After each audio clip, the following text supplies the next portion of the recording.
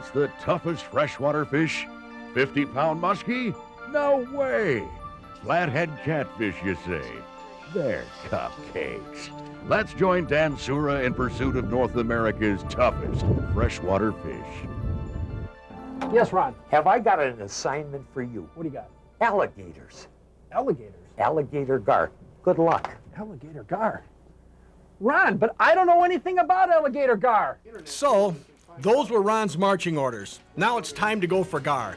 After some research, we found that one of the best and only gar guides in the country was a fellow by the name of Elroy Krueger, fishing out of Choke Canyon Lake in Texas, so off we went.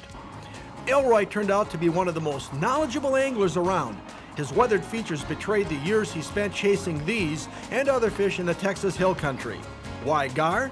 It seems that Elroy was and is an avid bass angler and former BASS contestant. Elroy's backyard, Choke Canyon Lake, good black bass water, had become overrun with voracious alligator gar, which promptly began decimating the precious fish he loved to catch. Well, Elroy wasn't going to take that state of affairs sitting down. He started fishing for gar with a vengeance, even made a few forays into the commercial fishing business. On the gar patrol. Turns out gar are quite tasty and break good money in that industry. What about eating these critters? All right. As far as eating, they're excellent. They're basically a white meat. It's not a flaky. It's kind of like the breast of a chicken. It's meat that's firmer, but it's white and it's real good. You can fry it, deep fry it. You can barbecue it. You can fat boil it. You bake it. You can do it all kinds of ways, but I love it deep fried. Over the years, Elroy began to respect the fighting ability of these prehistoric beasts and recognized that they would also be of value to any angler who was spoiling for a good fight. What's the operating principle of that rig? It looks interesting, Elroy. There's reasons for every part of this. First of all, this float stays on top, and this here also floats. After we put our bait on, it floats through the water like this.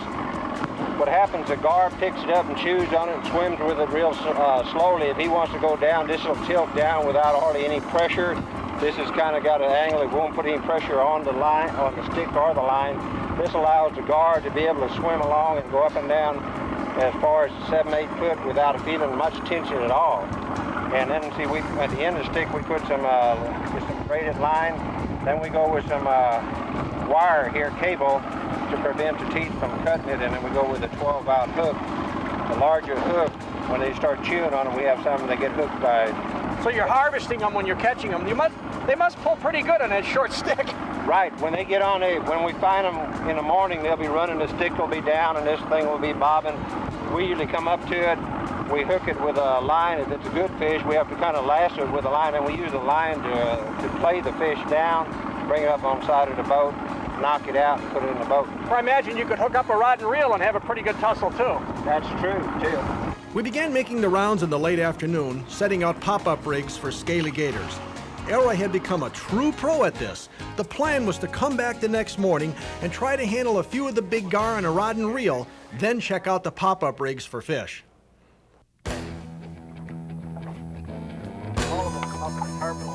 Get them on the end. I fought tarpon, muskies, big northern pike before, and I thought I knew how to handle big fish. But when I watched Elroy rear back and set the hook into that first gar of the morning, and promptly snapped my heavy-duty graphite rod, I became a little less sure of Get all myself. the slack out. That's tight, let it pull it tight.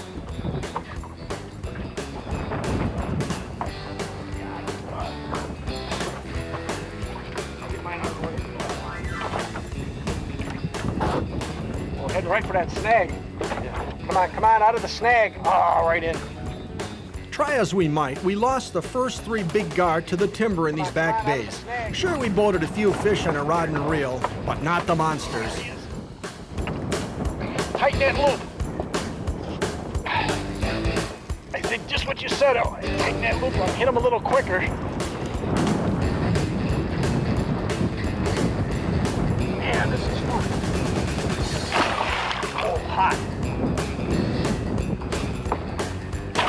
Last one, right by the snout.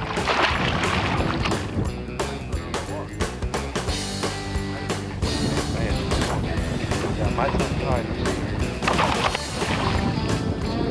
That's what.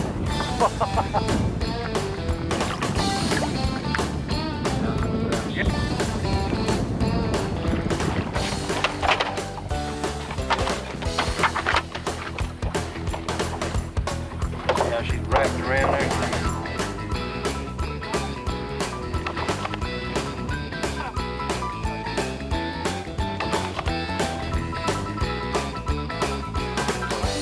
Some fish came on 12-aught hooks and cut bait, but others came on a lasso rig.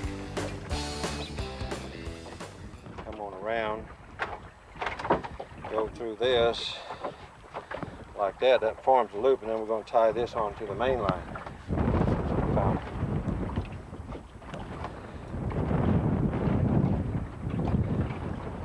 Snug that up real good.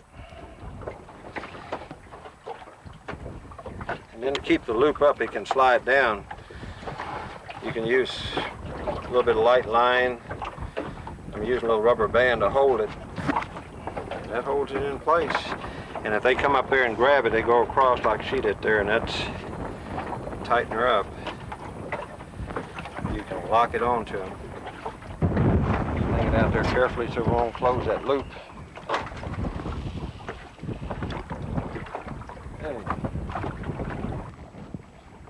Yeah, there's 5 types of gar, and they're spread throughout most of the country. Take a look at this.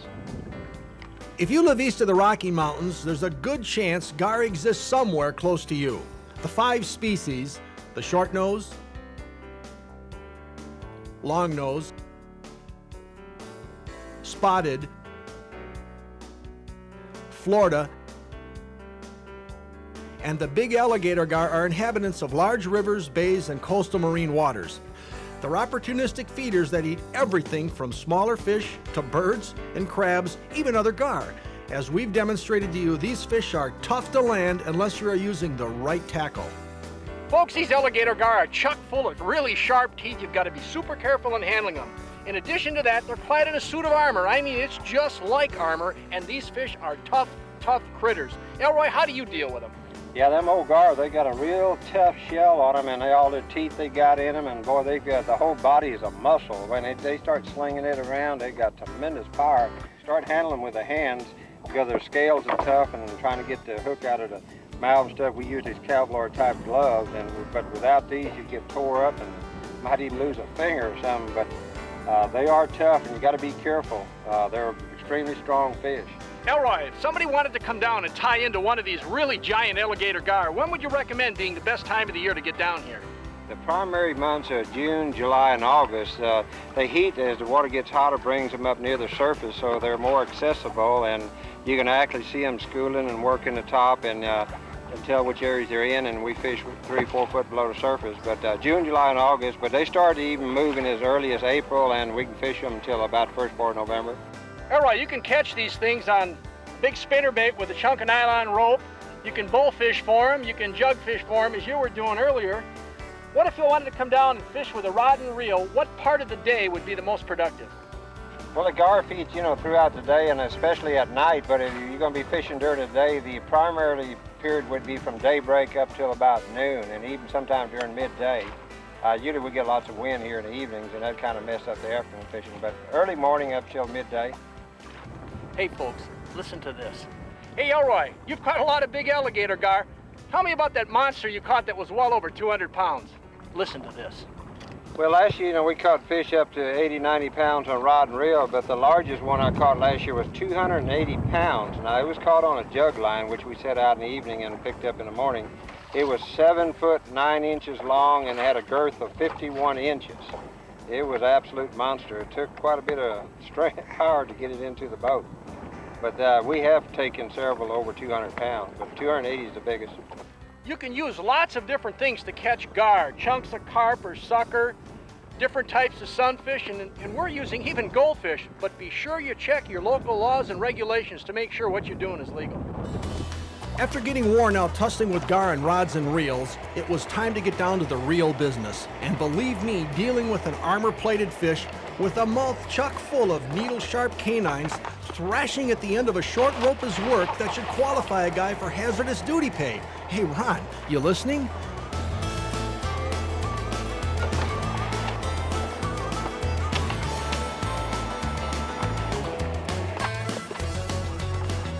not that spooky. I mean, you just sit right there.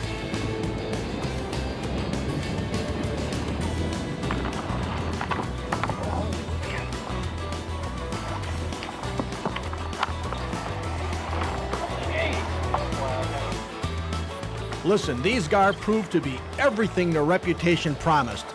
Big, vicious fish with nasty attitudes, my kind of fish. And it's a mystery to me why they aren't fished for more by trophy hunters.